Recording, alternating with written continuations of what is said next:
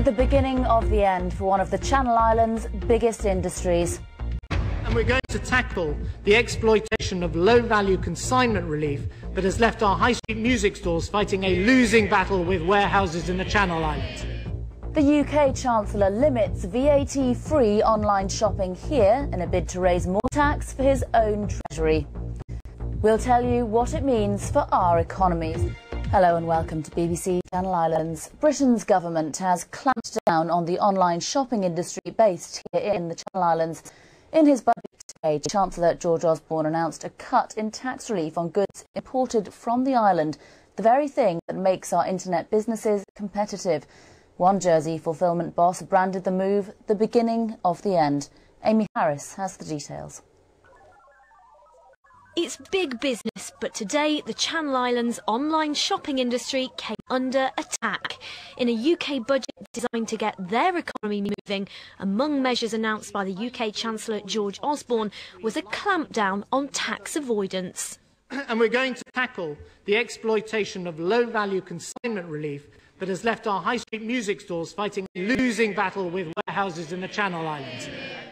Tough words and tough measures. At the moment, if an item like a DVD, for example, costs less than £18, internet companies based in the islands can sell it VAT-free. But that threshold will drop to £15 from November, and the Chancellor wants to discuss measures with the European Commission to close it altogether. It's warehouses like this that look set to be the casualty of George Osborne's budget. Here at Hellspark, they sell vitamins to customers in the UK and across Europe. And bosses here say that although today's news could have been worse, they believe it's the beginning of the end for the fulfilment industry. The current rate that's proposed for November 2011 I don't see as being the death knell for the fulfilment industry. But if that's the beginning of a gradual erosion of the threshold level, eventually it will become uneconomical to fulfil from Jersey, and clearly that will be very damaging to the fulfilment industry. He believes Jersey and Guernsey's governments need to stand up to the UK and fight for the tax relief threshold to remain at £18. So what's Jersey's government going to do? In terms of UK government, we'll get involved with the review that they're about to conduct. We'll cooperate with that, and we'll continue to have a dialogue with them about concerns that they have and ways in which we can manage the process as we move forward. We'll also, of course, be working with local businesses as they seek to change their business models and adjust. Adjusting is one thing, but surviving is another. Employing 1,000 local people, the online shopping industry is one of the Channel Islands' biggest. And if the threshold continues to drop, it wouldn't be profitable for many firms to be based in the islands. Amy Harris, BBC Channel Islands News. Well, as one business owner said there, it could have been a lot worse. So how have the Channel Islands dodged a bullet with just a reduction in their VAT-free goods shipping allowance, rather? Well, the tax director, who knows a lot more than me from PwC, Gary Bell, joined me earlier in the studio to explain. From the initial press, it could have been a lot worse. Today, Mr Osborne announced that the VAT limit has been reduced from £18 to £15 a parcel. But is this the beginning of the end for the fulfilment industry? Will there be a will now in the UK to push that limit right down? As part of the announcement today, they said they were going to enter into discussions with the European Commission with a view to actually moving that down even further.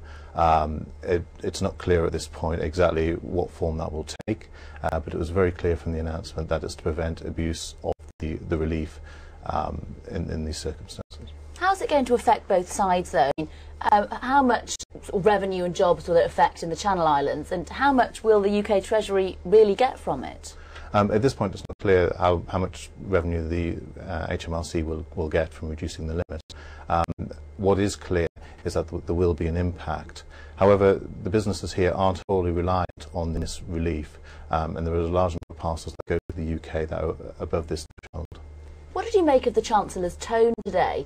He was certainly sort of pitting the warehouses of the Channel Islands against the UK High Street. Do you think it was a bit of an attack on this perception that the Channel Islands are very wealthy?